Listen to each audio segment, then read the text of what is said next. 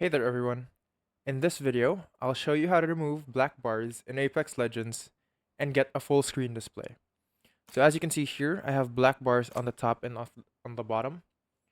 What you have to do is launch Apex Legends and go to the settings. Once you're in settings, click on video. Next is check your aspect ratio. What you have to do is match this with your monitor's native resolution or native aspect ratio, which is usually 16:9. Click on apply, click on yes, and then you get a full screen display. Also set the resolution to your native resolution to get the best fit. If black bars are still there, close the game and check your GPU control panel. For NVIDIA users, open NVIDIA control panel and go to display.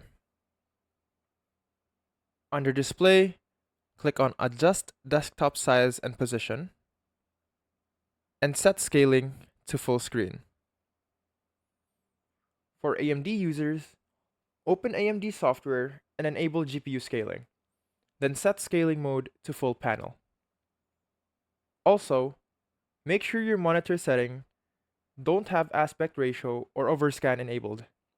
Set it to full wide or auto depending on your monitor. Finally, open your Apex again and your black bars should be gone.